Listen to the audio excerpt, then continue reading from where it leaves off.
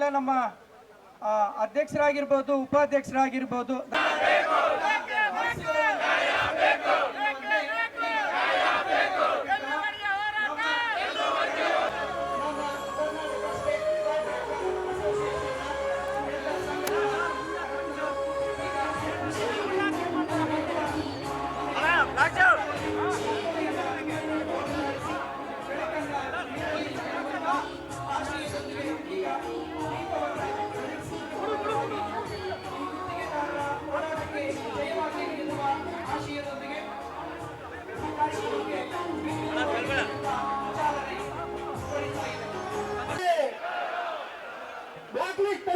KRDL ಮತ್ತು ನಿರ್ಮಿತಿ ಕೇಂದ್ರಗಳಿಗೆ ಕೊಡಬೇಡಿ ನಿರ್ಮಿತಿ ಕೇಂದ್ರಕ್ಕೆ ಕೆಲಸ ಕೊಡಬೇಡಿ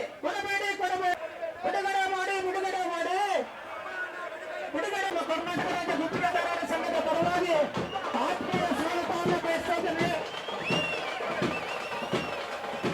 ಸಚಿವರಾದಂತ ದೇಶರಾಜ್ ಸಾಹೇಬರು ಆಗಮಿಸಿದ್ದಾರೆ. ಅಧಿಕೃತ ನೋಂದಣಿ ಪಡೆದ ಗುತ್ತಿಗೆದಾರರು ಇರುತ್ತಾರೆ.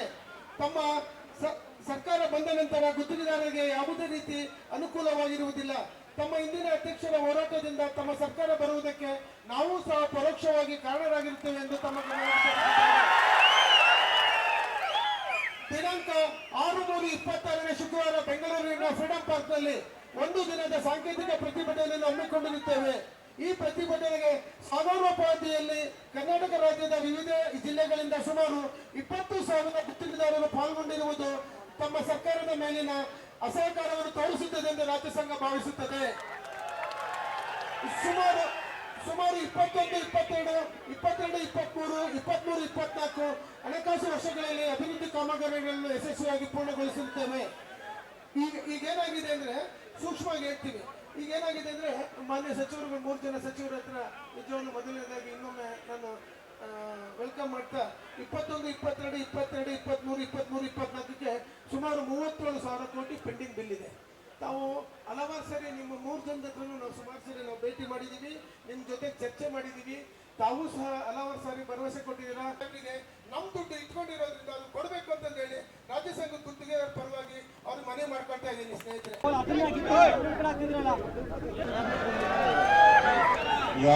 ಜಾರಕಿಹೊಳಿ ಅವರೇ, ಬೋಸರಾಜ್ ಅವರೇ, ಮಂಜುನಾಥ್ ರವರೇ, ನಂದಕುಮಾರ್ ಅವರೇ, ಎಲ್ಲ ಪದಾಧಿಕಾರಿಗಳೇ, ಎಲ್ಲ ದೂರದಿಂದ ಬಂದಂತ ಎಲ್ಲ ನಮ್ಮ ಕಾಂಟ್ರಾಕ್ಟರ್ಗೆ, ನೀವೆಲ್ಲ ನಮ್ಮ ರಾಜ್ಯಕ್ಕೆ, ನಿಮ್ಮ ಬದುಕು, ರಾಜ್ಯದ ಬದುಕಿಗೆಲ್ಲ ಸಹಾಯ ಮಾಡ್ತಾ ಇದ್ದೀರಿ. ನೀವೆಲ್ಲ ನಮ್ಮ ಸರ್ಕಾರ ತಂದಿದ್ದೀರಿ. ಅರವಿಂದ ನಿಮ್ಗೇನ್ ದುಡ್ಡು ಕೊಡಬಾರ್ದು ಅನ್ನೋದು ಏನಿಲ್ಲ. ನಿಮ್ ಮಂಜುನಾಥ್ ನ್ಯಾಯ ನೋಡ್ತಾ ಇದ್ದೀನಿ. ಒಂದೊಂದು ಗಂಟೆಗೆ 3 ತಿಂಗಳಿಗೆ ಪೇಪರ್ಗೂ ಒಂದೊಂದು ಸ್ಟೇಟ್ಮೆಂಟ್ ಕೊಡ್ತಾ ಇರ್ತಾರೆ.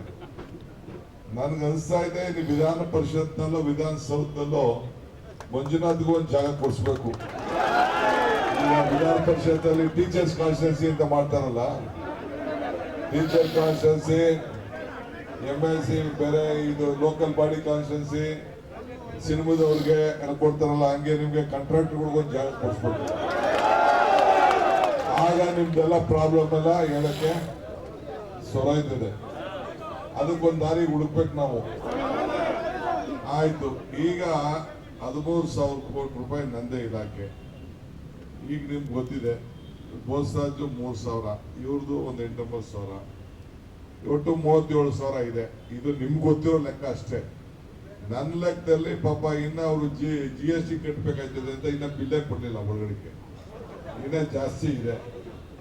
ನಿಮ್ ನೋವು ಗೊತ್ತಿದೆ. ಈಗ ಮಂಜುನಾಥ್ ಹೇಳ್ತಾರೆ ಹಳೆ ಕತೆ ಹೇಳ್ಬಿಡಿ ಅಂತ. ನಾನು 6 ತಿಂಗಳು ಮುಂಚಿತವಾಗಿ ಹೇಳಿದೆ, ಬೇಡ ಕಣ್ರಿ, ಅದು ದುಡ್ಡಿಲ್ದೆ ಕಾಂಟ್ರಾಕ್ಟ್ ತಗೊಳ್ಕೋರಿ ಅಂತ ಅಂದ್ಬಿಟ್ಟು ಕಾಂಟ್ರಾಕ್ಟ್ಗೆಲ್ಲ ನಾನು ಹೇಳಿದೆ. ಪಾಪ ಯಡಿಯೂರಪ್ಪನವರು ಬೊಮ್ಮ ಏನ್ ಮಾಡಿದ್ರು, ದುಡ್ಡು ಇಲ್ಲದೆ ಹೋಗಿ ಕೆಲಸ ಕೊಟ್ಟಿದ್ದೆ ತಗೊಂಡಿದ್ದೆ. ನಿಮ್ಗೂ ಬೇಕಾಗಿತ್ತು, ಅವ್ರಿಗೂ ಬೇಕಾಗಿತ್ತು. ಹಂಗೆ ನೀವೆಲ್ಲ ತಗೊಂಡು ಕೆಲಸ ಮಾಡ್ಬಿಟ್ಟು ಈಗ ನಮ್ಮ ಎದೆ ಮೇಲೆ ಕೂತಿದ್ದೀರಿ. ಈಗ ಇರ್ಲಿ, ಇದಕ್ಕೆ ನಾವು ಮಾತಾಡ್ತೀವಿ. ಇದಕ್ಕೆ ಏನಾದ್ರು ಒಂದು ರೂಪ ಕೊಡಬೇಕು. ಈಗ ಬರೀ 37,000 ಅಲ್ಲ, ಏನಾದ್ರು ಮಾಡಿ ಮಿನಿಮಮ್ ಒಂದು 50,000 ಇದಕ್ಕೊಂದು ಯಾವ್ದಾದ್ರು ಬಾಂಡ್ ಮುಖಾಂತರ ಏನಾದ್ರು ಒಂದು ಮಾಡಿ ತಗೊಂಡ್ರೆ ಆಗ ಮಾತ್ರ ಇದು ಸಾಧ್ಯ. ರೈತರು ಅನ್ನೋ ಜನರಿಗೆ ಬೆಲೆ ಏರಿಕೆ ಜಾಸ್ತಿ ಆಗಬೇಕು ಅಂತೇಳಿ ನಾವು 5 ಗ್ಯಾರಂಟಿ ಕೊಟ್ಟು 52,000 ಕೋಟಿ ಕೊಡ್ತಾ ಇದ್ದೀವಿ. ನಮ್ಮ MLA ಗ್ಯಾರಂಟಿ ಮಾಡ್ತಾ ಇದ್ದೀವಿ. ಆದ್ರೂ ಕೂಡ ನಮ್ಮ ರಾಜ್ಯದಲ್ಲಿ ಒಳ್ಳೆ ಬಜೆಟ್ ಕೊಡ್ತಾ ಇದ್ದೀವಿ. ಸುಮಾರು 4-5 ವರ್ಷದಿಂದ ಗುತ್ತಿಗೆದಾರರು ಮಾಡದಂಥ ಕೆಲಸಕ್ಕೆ ಇವತ್ತು ಅನುದಾನ ಹಣ ಇನ್ನುವರೆಗೆ ಸರ್ಕಾರ ಬಿಡುಗಡೆ ಮಾಡಿಲ್ಲ. ಇವತ್ತು ಗುತ್ತಿಗೆದಾರರು ಅವರ ಆಸ್ತಿಗಳು ಇವತ್ತು ಹರಾಜಾಗ್ತಾ ಇದ್ದಾವೆ. ಇವತ್ತು ಬ್ಯಾಂಕಲ್ಲಿ ಬಡ್ಡಿ ಕಟ್ಟಕ್ಕಾಗಲಾರ್ದೆ ಅವರು ಇದಂಥ ಆ ಇಕ್ವಿಪ್ಮೆಂಟ್ಗಳು ಮಾರ್ಕೊಂಡು ಇವತ್ತು ಬಡ್ಡಿ ಕಟ್ಟೋ ಥರ ಪರಿಸ್ಥಿತಿ ಉದ್ಭವ ಆಗಿದೆ. ಸುಮಾರು 37,000 ಕೋಟಿ ಇವತ್ತು ಸರ್ಕಾರ ಗುತ್ತಿಗೆದಾರರು ಪಾವತಿ ಮಾಡೋ ಹಣವನ್ನು ಇಟ್ಕೊಂಡಿದ್ದಾರೆ. ಹಾಗಾಗಿ ತುರ್ತುಗತಿಯಲ್ಲಿ ಆ ಹಣವನ್ನು ಗುತ್ತಿಗೆ ಮಾಡಿ ಕೆಲಸ ಪೂರ್ಣಗೊಳಿಸಿದ್ದು ಕಾಮಗಾರಿಗಳಿಗೆ ಇವತ್ತು ಹಣ ಕೊಡಿ ಅಂತೇಳಿ ಇವತ್ತೇನು ಸ್ಟ್ರೈಕ್ ಮಾಡ್ತಿದ್ದಾರೆ. ಹಾಗಾಗಿ ಅವರಿಗೆ ಬೆಂಬಲ ಸೂಚಿಸ್ಲಿಕ್ಕೆ ಅಂತೇಳಿ ನಾನು ಬಂದಿರೋದು. ನಾನು ಈ ವೇದಿಕೆ ಮೇಲೆ ಸರ್ಕಾರಕ್ಕೆ ಒತ್ತಾಯ ಮಾಡಿದ್ದೀನಿ. ಸರ್ಕಾರದ ಮೇಲೆ ವಿಶ್ವಾಸ ಕೂಡ ಇದೆ. ಆದಷ್ಟು ಬೇಗ ಬಾಕಿ ಇರೋ ಹಣವನ್ನು ಪಾವತಿ ಮಾಡ್ತಾರಂತೇಳಿ. ಏನಾರು ಪಾವತಿ ಆಗಿಲ್ಲ ಅಂತಂದರೆ ಮುಂದಿನ ದಿನಗಳಲ್ಲಿ ನಾವು ಕೂಡ ಹೋರಾಟ ಮಾಡ್ತೀವಿ. ಗುತ್ತಿಗೆದಾರರ ಜೊತೆ ಇವತ್ತು ಭಾರತೀಯ ಜನತಾ ಪಕ್ಷ ಇರುತ್ತೆ ಅಂತ ಹೇಳ್ತಾರೆ ಅಂತ ಹೇಳಿದ್ದಾರೆ. ಅವರಿಗೆ ನಾವು ಧನ್ಯವಾದಗಳನ್ನ ಈ ಸಮಯದಲ್ಲಿ ಹೇಳ್ತೀವಿ. ಬರೀ ಇದು ಮಾತಾಗಿ ಉಳಿಬಾರ್ದು, ಕೊಟ್ಟ ಮಾತಂತ ಉಳಿಸುವಂಥ ಸರ್ಕಾರವಾಗಬೇಕು ಅಂತ ಹೇಳಿ ನಾನು 2 ಮಾತನ್ನು ಮುಗಿಸ್ತೀನಿ. ನಮಸ್ಕಾರ. ನಾನು ಮಾವಳಿ ತಾಲೂಕಿನ ಗುತ್ತಿಗೆದಾರ ಸಂಘದ ಅಧ್ಯಕ್ಷರು. ಇವರು ನಮ್ಮ ಎಲ್ಲ ಡೈರೆಕ್ಟರ್ಗಳು, ಎಲ್ಲ ಗುತ್ತಿಗೆದಾರರು ಒಟ್ಟಿಗೆ ಈ ಪ್ರತಿಭಟನೆಗೆ ಬಂದಿದ್ದೀವಿ. ಏನು ಬೇಡಿಕೆ ಅಂದರೆ, ಏನು ನಾವು ಕಾಂಟ್ರಾಕ್ಟ್ ವೃತ್ತಿಯಲ್ಲಿ ಕೆಲಸ ಮಾಡಿದ್ದೀವಿ, ಹಣ ಬೇಕು ನಮಗೆ. ಸಾಲಗಳು ಮಾಡಿದ್ದೀವಿ, ಬ್ಯಾಂಕಲ್ಲಿ ಓಡಿಗಳು ತೊಗೊಂಡಿದ್ದೀವಿ, ಲೋನ್ ತೊಗೊಂಡಿದ್ದೀವಿ, ವೆಹಿಕಲ್ಗಳು ಕಟ್ತಿದ್ದೀವಿ. ಅದರಿಂದ ಅವೆಲ್ಲ ಪರಿಹಾರ ಆಗಬೇಕಾದ್ರೆ ಫಸ್ಟ್ ನಮ್ಮ ಪೇಮೆಂಟ್ ಬರಬೇಕು. ನಮ್ಮ ಪೇಮೆಂಟ್ ಬಂದಿಲ್ಲ, ನಮ್ಮ ಬಿಲ್ ಪೇಮೆಂಟ್ ಆಗಿಲ್ಲ ಅಂದರೆ ಅವೆಲ್ಲ ಕಟ್ಟೋದು ಕಷ್ಟ ಆಗುತ್ತೆ. 37,000 ಕೋಟಿ ಬಾಕಿ ಇದೆ. ಅದನ್ನು ಪಾವತಿ ಆಗಬೇಕು. ದಯವಿಟ್ಟು ಇಲ್ಲಿಗೆ ವೇದಿಕೆ ಮೇಲೆ ತಾವು ಬರ್ತಾಯಿದ್ದೀರಿ, ಬಂದು ತಾವು ಬಂದಾಗ ಘೋಷಣೆ ಮಾಡಬೇಕು. ಉಪಮುಖ್ಯಮಂತ್ರಿ ಆಗ್ಬೋದು, ಸಿದ್ದರಾಮಯ್ಯನವರು ಆಗ್ಬೋದು, ಯಾರೇ ಆಗ್ಬೋದು, ನಮ್ಮ ಗುತ್ತಿಗೆದಾರ ಕಷ್ಟ ಪರಿಹಾರ ಆಗಬೇಕು ಅಂತಂದರೆ ನಾವೇ ಗುತ್ತಿಗೆದಾರ ಇದ್ದರೆ ಮಾತ್ರ ನಿಮ್ಮ ಸರ್ಕಾರ ನಡೀತದೆ. ಇಲ್ಲ ನಿಮ್ಮ ಸರ್ಕಾರಕ್ಕೆ ತೊಂದರೆ ಆಗುತ್ತೆ. ನಾವು ಒಂದಷ್ಟು ಕೆಲಸ ನಿಲ್ಲಿಸಿದ್ರೆ ತಮ್ಗೆ ಏನಾಯ್ತು ಅಂತ ಹಾಲಿ ಹಿಂದಿನ ಸರ್ಕಾರದವ್ರು ನೋಡಿದಿರಿ. ನಿಮಗೂ ನೀವು ಹಿಂದೆ ಎಲ್ಲ ನೋಡಿ ಸೀನಿಯರ್ ಆಗಿದ್ದೀರಿ. ದಯವಿಟ್ಟು ಗುತ್ತಿಗೆದಾರ ಕಷ್ಟಗಳನ್ನ ಪರಿಹಾರ ಮಾಡಬೇಕು, ನಮಗೆ ಪೇಮೆಂಟ್ ಕೊಡಿಸ್ಬೇಕು ಅಂತೇಳಿ ತಮ್ಮಲ್ಲಿ ಮನವಿ. ಮಳವಳ್ಳಿ ತಾಲೂಕು ಗುತ್ತಿಗೆದಾರರು ನಟರಾಜು ಅಂತ. ನಾವು ಕೇಳೋದು ಏನಂದರೆ, ಇವರು ಫ್ರೀ ಕೊಡೋದನ್ನು ನಿಲ್ಲಿಸ್ಬಿಟ್ರೆ ಇಲ್ಲಿ ಎಷ್ಟು ದುಡ್ಡು ಕೊಡ್ಬೋದು ಅಷ್ಟು ದುಡ್ಡನ್ನು ಒಂದೇ ವರ್ಷದಲ್ಲಿ ಎಲ್ಲ ಗುತ್ತಿಗೆದಾರರು ಸಹ ದುಡ್ಡನ್ನ ಕೊಡ್ಬೋದು. ಇವರು ಬಡವ್ರಿಗೆ ಅಕ್ಕಿ ಕೊಡಲಿ ಬೇಡ ಅನ್ನಲ್ಲ. 2,000 ಕೊಡೋದು, ಮತ್ತು ಕರೆಂಟ್ ಬಿಲ್ ಫ್ರೀ ಕೊಡೋದು, ಬಸ್ ಚಾರ್ಜ್ ಫ್ರೀ ಕೊಡೋದು, ಇದನ್ನು ನಿಲ್ಲಿಸಲಿ. ಕಾಮಗಾರಿ ಅಭಿವೃದ್ಧಿ ಬಗ್ಗೆ ಗಮನ ಕೊಡಲಿ. ರಾಜ್ಯ ಮುಂದುವರಿತದೆ, ದೇಶ ಮುಂದುವರಿತದೆ. ಎಲ್ಲ ಗುತ್ತಿಗೆದಾರರು ಸಹ ಕಷ್ಟದಲ್ಲಿದ್ದಾರೆ. ದಯವಿಟ್ಟು ಈಗ ಇರುವಂಥ ಗುತ್ತಿಗೆದಾರರು ಸಂಕಟಿಸ್ತಾ ಇದ್ದಾರೆ. ಅವ್ರಿಗೆ ಈ ಮಾರ್ಚ್ ಒಳಗೆ ಎಲ್ಲ ಬಿಲ್ಗಳನ್ನು ಕೊಡಬೇಕು. ಇವ್ರು ಏನು ಮಾಡ್ತಾಯಿದ್ದಾರೆ ಅಂದರೆ, 1 ಕೋಟಿಗೆ 12% ಕೊಡ್ತಾರೆ. 12 ಲಕ್ಷ ಬರುತ್ತೆ. 12 ಲಕ್ಷ ಬಂದಾಗ ಅಕೌಂಟ್ಗೆ ಹೋಗುತ್ತೆ. ಆ ಹೋದಂಥ ದುಡ್ಡು ಬಡ್ಡಿ ಕಟ್ಟಾಗುತ್ತೆ.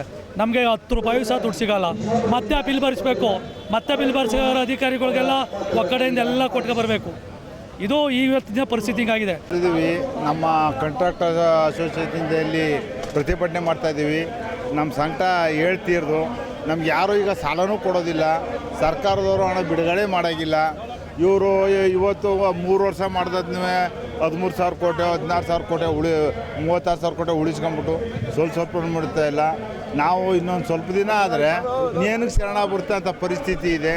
ದಯಮಾಡಿ ಸರ್ಕಾರ ನಮ್ಮ ಮನವಿಗೆ ಹೂಗೊಟ್ಟು ಸ್ಪಂದಿಸಲಿ ಅಂತ ನಾನು ಕೇಳ್ಕೊತಾ ಇದ್ದೀನಿ.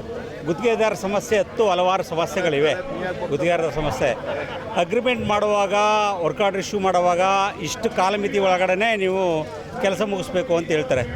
ಇಷ್ಟು 6 ತಿಂಗಳು ಅಥವಾ 3 ತಿಂಗಳು ವರ್ಷಗಂಟಲು ಇರ್ತದೆ ಒಂದೊಂದು ಕೆಲಸಗಳಿಗೆ. ಅದರ ಕಂಡೀಷನ್ಸ್ನ ಹಾಕ್ತಾರೆ, ಕಾಲಮಿತಿನ. ನಮಗೆ ತಿಂಗಳಿಗೆ ಇಷ್ಟು ಪ್ರೋಗ್ರೆಸ್ ಕೊಡಬೇಕು ಅಂತಲೂ ಹಾಕ್ತಾನೆ.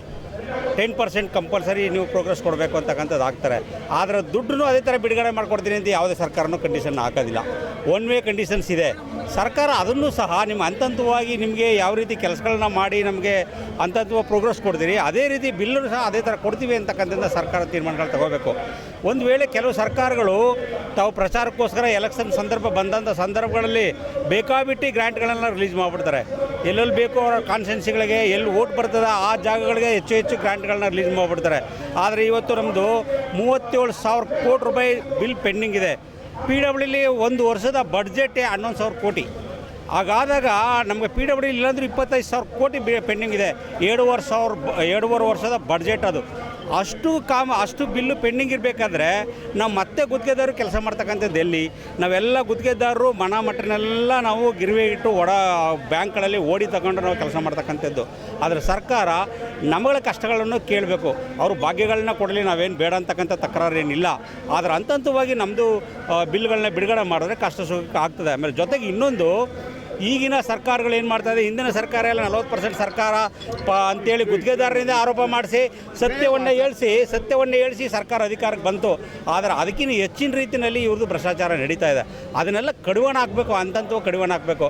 ಜೊತೆಗೆ ಈಗೇನು ಮಾಡ್ತಾರೆ, ಯಾವುದೇ ಗ್ರ್ಯಾಂಟು ನಿಮಗೆ ರೆಡಿ ಗ್ರ್ಯಾಂಟ್ಗಳನ್ನ ಕೊಡ್ತಕ್ಕಂಥದ್ದು, ಲ್ಯಾಂಡ್ ಆರ್ಮಿ ಅಂತಕ್ಕಂಥದ್ದು, ನಿರ್ಮಿತಿ ಕೇಂದ್ರ ಅಂತಕ್ಕಂಥ ಡಿಪಾರ್ಟ್ಮೆಂಟ್ಗಳನ್ನ ತಮ್ಮ ಸ್ವಂತಕ್ಕೆ ಉಪಯೋಗಕ್ಕೋಸ್ಕರ ಅದನ್ನು ಡಿಪಾರ್ಟ್ಮೆಂಟ್ಗಳನ್ನ ಇಟ್ಕೊಬಿಟ್ಟಿದ್ದಾರೆ.